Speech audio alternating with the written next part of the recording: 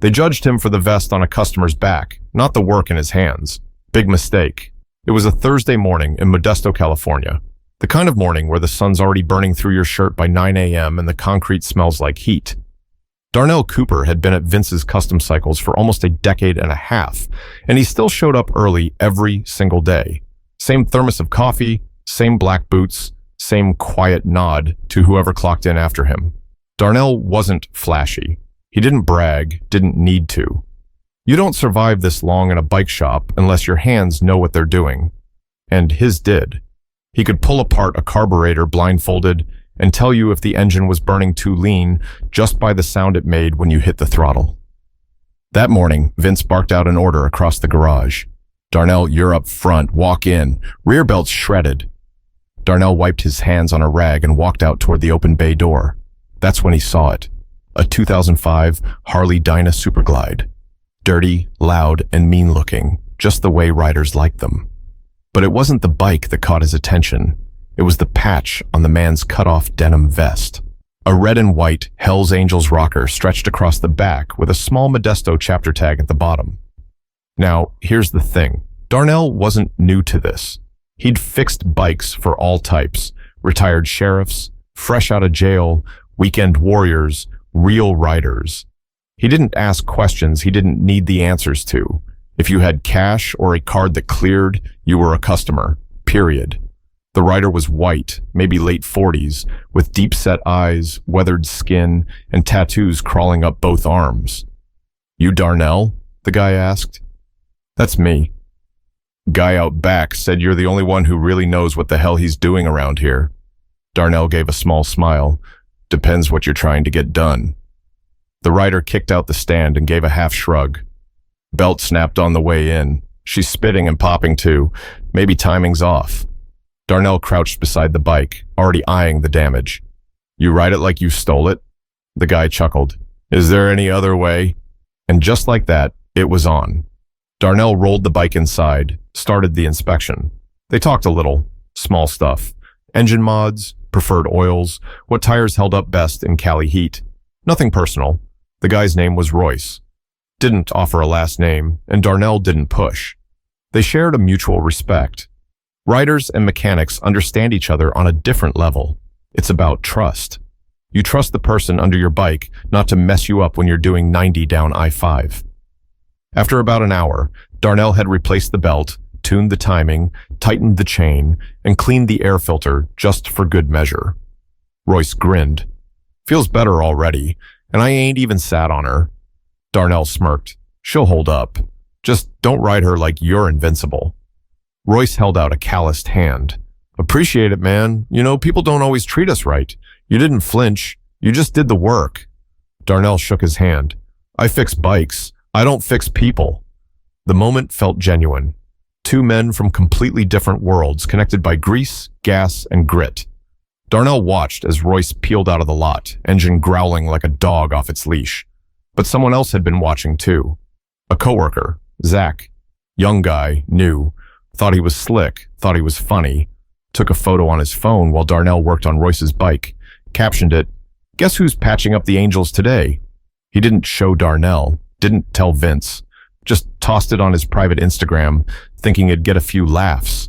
But that post, that one photo, it was about to turn Darnell's entire life upside down.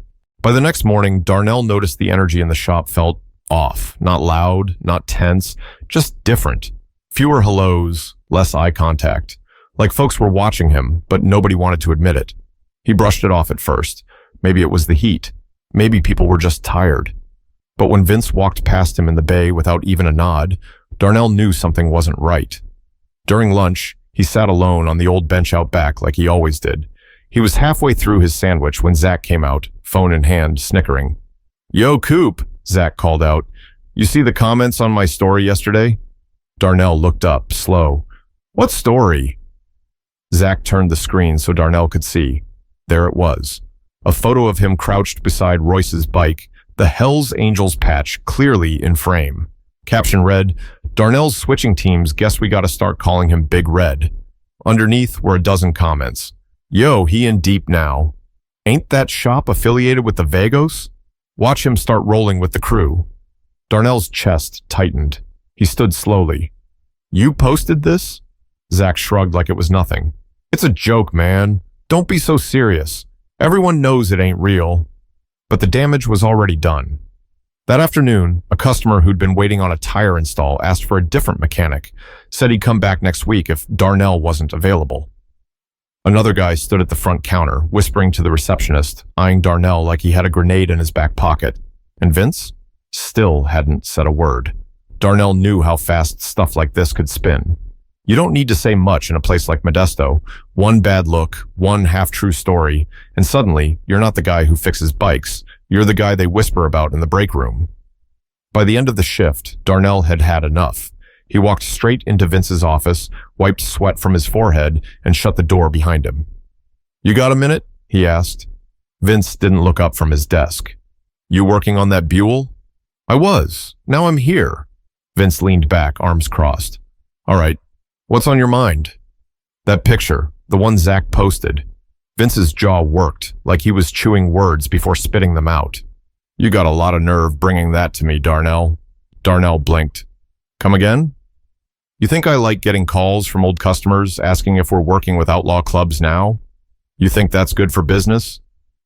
"I fixed a man's bike. That's all I did. You know that." "You fixed his bike, in front of God and everybody, with a smile on your face." Darnell stepped forward, fists clenched at his sides. "So what?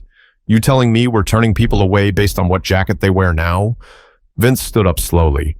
"I'm telling you, this ain't a good look. For you or for us.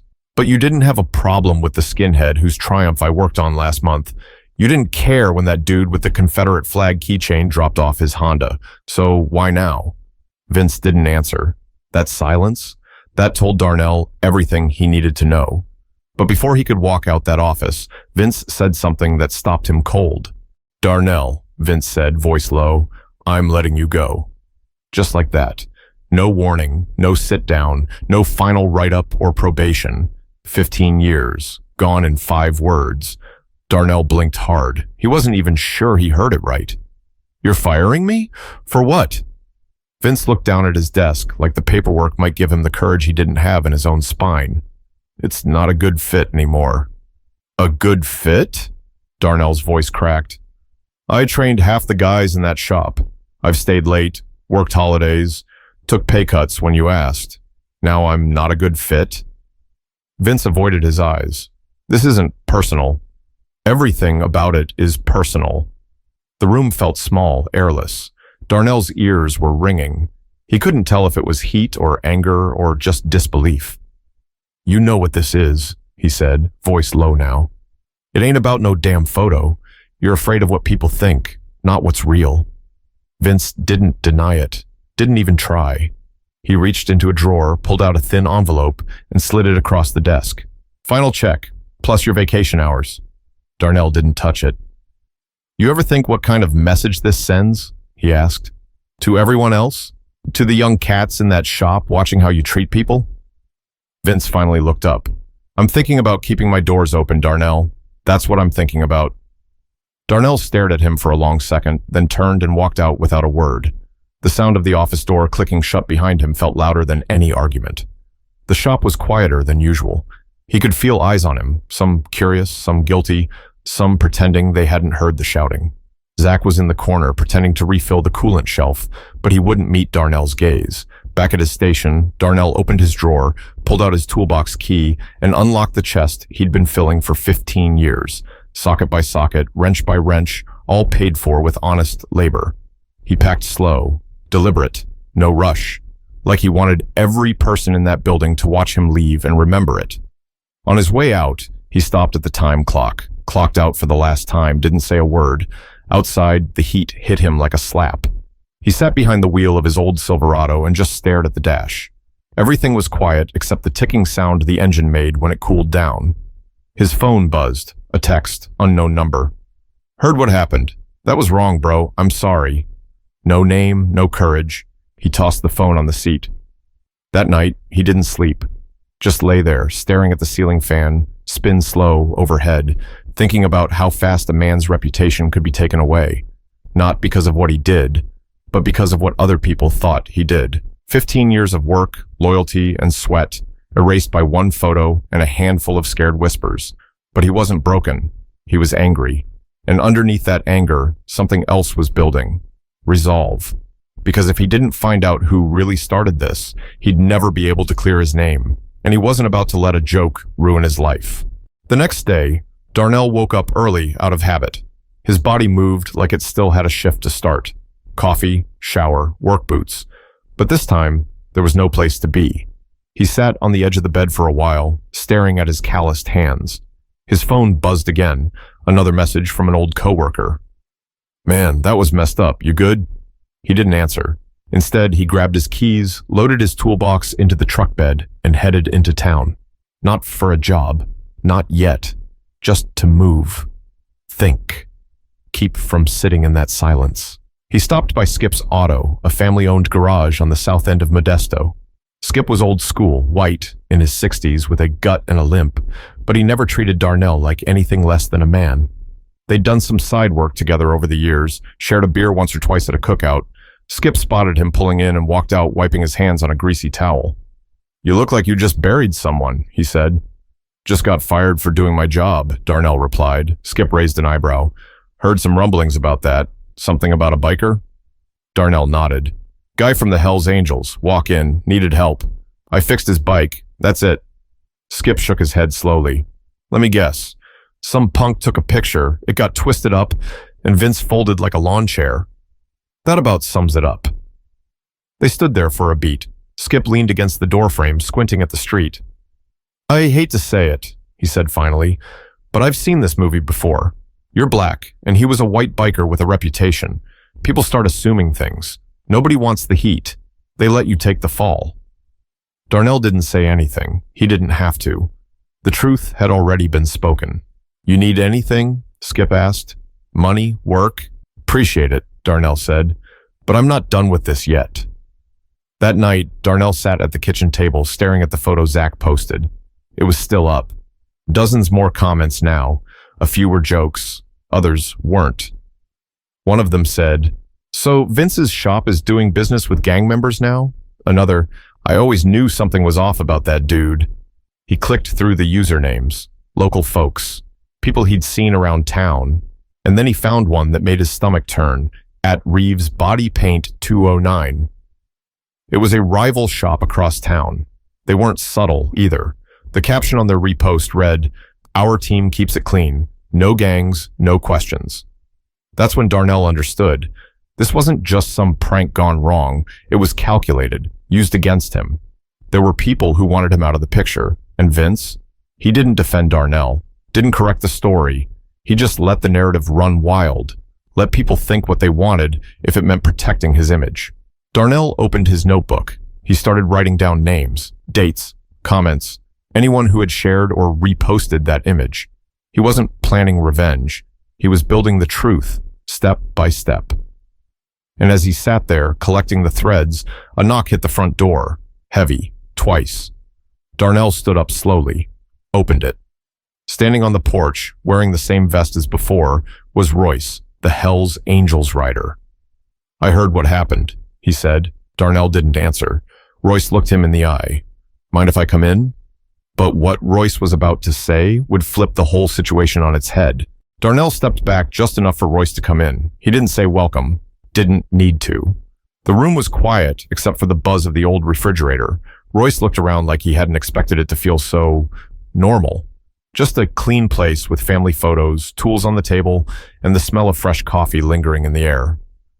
"I saw the post," he said finally. "Didn't take long before it started getting round." Darnell leaned against the wall, arms folded. "Guess it doesn't matter what the truth is when the lie sounds better." Royce gave a nod. "Yeah. People love a story. Don't care if it's real." Then he looked Darnell straight in the face. "You lost your job over that?" Darnell gave a short breath. "Fired the next day, no discussion, just bad optics and a final check."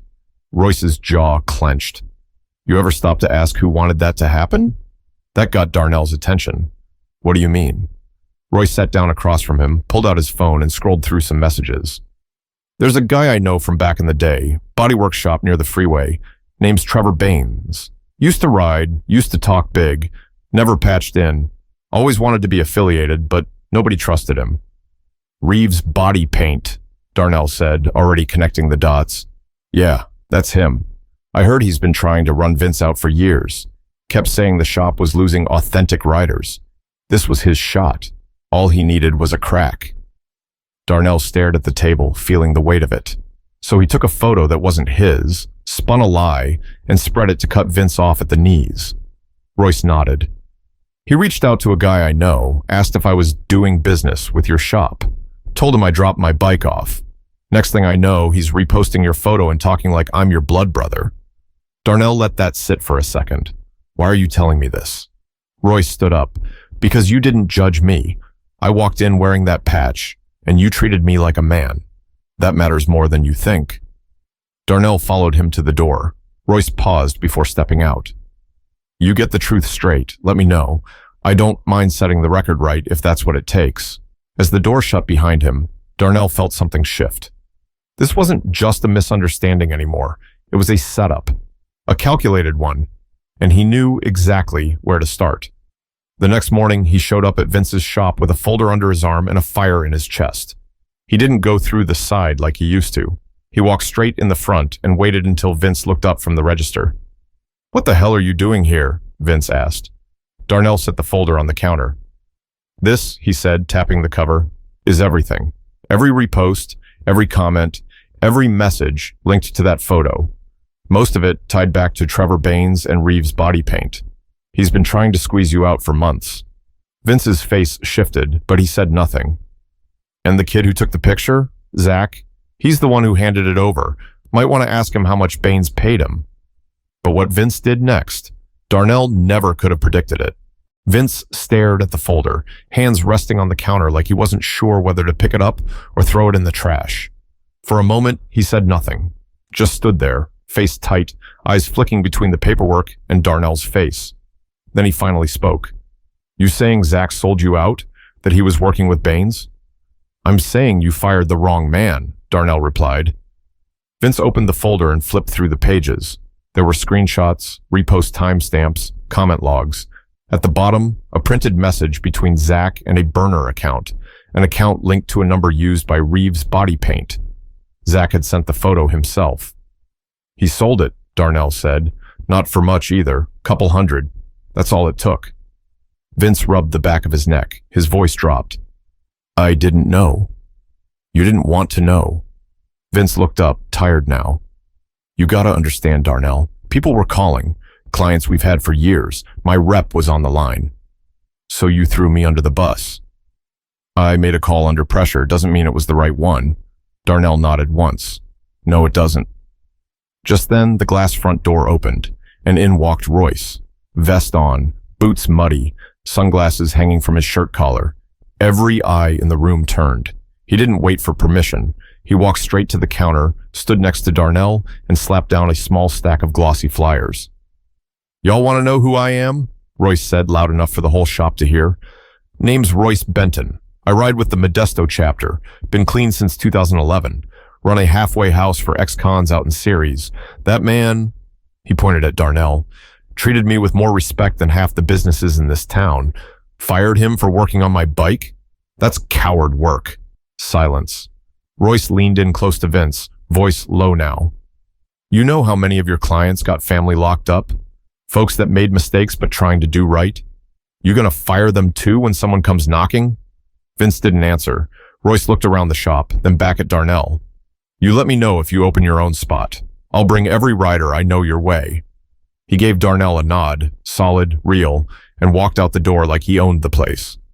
Vince rubbed his face, sat down slowly behind the counter, and sighed. I messed up. Darnell didn't argue. I can try to fix this, Vince said.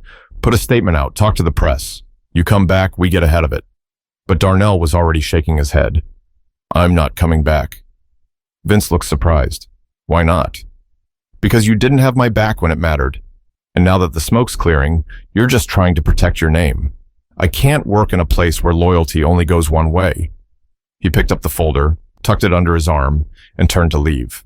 As he walked through the front door, he glanced over his shoulder one last time.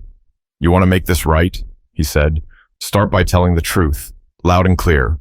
But Darnell wasn't done yet, because if this town had turned its back on him, he was about to show them what rebuilding from nothing really looked like. The next week moved fast. Darnell didn't sit still. He wasn't the type. Instead, he got to work making calls, knocking on doors, shaking hands, people who knew his name, who'd seen his work, who had bikes in their garages, and no one they really trusted to touch them. One of the first to answer the call, Royce. He wasn't bluffing when he said he'd bring riders. Word spread through the community. Black riders, Latino riders, even a few white guys who kept their politics quiet, but their bikes loud. A patch didn't matter. What mattered was honesty, skill. Someone who didn't talk down or jack up prices just because you looked like you didn't belong. By Friday, Darnell had 4 bikes in his driveway and a 5th being trailered in from Stockton. He wasn't waiting for a building. He started from his garage, a folding table, a jacklift, old tools, and a plastic bin for parts. But it worked, and it felt real. Then the story hit local news. Mechanic fired after helping biker. Was it fair? They didn't get everything right, but the core was there. Zach had leaked the photo. Reeves' body paint had spun it into a smear. And Vince? He gave a quote at the end, voice shaky on the recording. I made the wrong call, he said. I let fear talk louder than facts. The phone started ringing, some calls from reporters, some from old clients who felt bad for staying quiet. A couple just said, "Man, we saw the news. That was wrong." And then there was the one that made Darnell pause. It came from a woman named Charlene Morales, a retired parole officer. She ran a nonprofit that helped formerly incarcerated riders get back into the workforce. Said she had a few guys with tools and time, but no one who'd give them a shot. You build something, she said. We'll send you work. Good men. Just need a break. Darnell sat in silence after that call, not because he didn't know what to say, but because for the first time in days, the bitterness started to lift. That weekend, he called in a favor from Skip, borrowed a small corner of the old junkyard next to his lot. Skip said he'd help him pour concrete if it came to that. Said the city owed him anyway for a mess they made years ago. They set up a tent, brought out work lights. A few guys showed up with their bikes and their stories. One of them was Marcus Bright, 39, fresh out after doing time for a bar fight that got out of hand. Had been turned away from 2 shops that week. Darnell handed him a wrench. Ever pulled apart a primary? He asked. Marcus grinned. Not in a while, but I still remember. That moment mattered. This wasn't just about a job anymore. It was about giving people like Marcus a reason to show up. Just like Darnell used to do every morning at Vince's shop, long before a photo made him dangerous. Later that night, Darnell updated the nameplate on the garage. Cooper's Rebuild and Repair. Underneath, painted in red, no judgment, just work. But even with momentum building, there was still one last surprise waiting, something Darnell never saw coming. The Monday, after Cooper's Rebuild and Repair officially opened, a matte black Ford F-250 pulled into the gravel lot just after noon. Darnell was under a Yamaha V-Star, wrench in hand, when he heard the door slam. He slid out from under the bike, wiped his hands on a rag, and looked up. It was Vince. No clipboard, no folder, just him. Wearing jeans and a wrinkled shop tee, hands in his pockets. Darnell didn't say anything, just waited. Vince looked around. Tarp-covered bikes, tools on plastic shelves, a few riders sitting on folding chairs drinking from paper cups. Nothing fancy, but it felt alive. You built this fast, Vince said. I didn't have time to waste, Darnell replied flatly. Vince nodded slowly. I came to say something. Maybe late, maybe it don't matter, but I'm going to say it anyway. Darnell crossed his arms, but didn't stop him. I got scared, Vince said. Not of you, not really. I got scared of what people would say, the looks, the whispers. Thought I was protecting the shop, but I didn't protect the man who kept it running. Darnell said nothing. Vince took a breath. You made that place better. I never told you that. I should have. And when all this happened, I should have stood next to you, not behind the door. Darnell looked him in the eye. You done? Vince nodded. Yeah. Good. Then listen. Darnell stepped forward. You didn't just fire me. You made it okay for everybody else to turn their backs. You made silence feel normal. that don't just disappear. I know, Vince said. I won't ask you to come back. I wouldn't if I were you. I just wanted to say what I should have said before. He turned to leave, but paused. You need anything? Tools, lifts, scrap parts. I mean it. It's yours. Then he walked back to the truck and drove off. Darnell watched the taillights disappear, then looked back at the garage. Inside, Marcus was helping a teenager clean an air filter. Royce was leaning on a workbench, helping another rider patch a tire. And on the wall, someone had taped a handwritten sign. Your past ain't a problem here. We just fix things. Later that week, Darnell was sitting on his porch when an envelope arrived in the mail. No return address. Inside was a crisp note, handwritten. You were done wrong. You didn't fold. Much respect. Enclosed is a token of support from those who ride. There was a check, $5,000, signed simply Modesto Chapter. Darnell sat there a long time staring at it, not because of the money, but because of what it meant. The same patch that got him fired was now the reason his shop might grow. Funny how life works. By the end of the month, Cooper's was pulling in steady work. People who'd heard the story, people who respected the way he handled it, even riders who said they'd never trust anyone again until they met him.